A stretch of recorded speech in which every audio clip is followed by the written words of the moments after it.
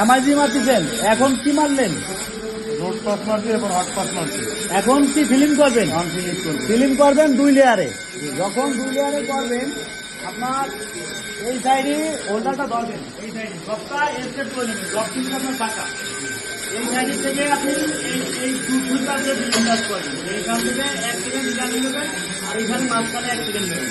ঠিক আছে, এইভাবে 2 সাইডে মারবেন, তারপরে আবার এই সাইডে থেকে মারবেন। তখন দেখবেন কি পুরো বডিটা লেভেল হয়ে আছে 2 লেয়ারে মারলে। আর 1 লেয়ারে মারলে কিন্তু আপনার জয়েন্টটা ফেটে যেতে পারে। আপনার সর্বোচ্চ একটা হোল্ডিং এর পাঁচ কত পাবেন জানেন? 10 mm সর্বোচ্চ। আপনার 10 mm থেকে 12 mm হবে না। এখানে যেহেতু 12 mm পাঁচ আছে, এখানে 2 লেয়ার মারবেন 2 mm 6 mm। ঠিক আছে, যখন ক্যাপিং মারবেন, ক্যাপিংয়ে আপনি মারবেন কত mm? 6 mm করে। এখান থেকে 6 mm করে আস্তে আস্তে করে মারবেন। ওকে।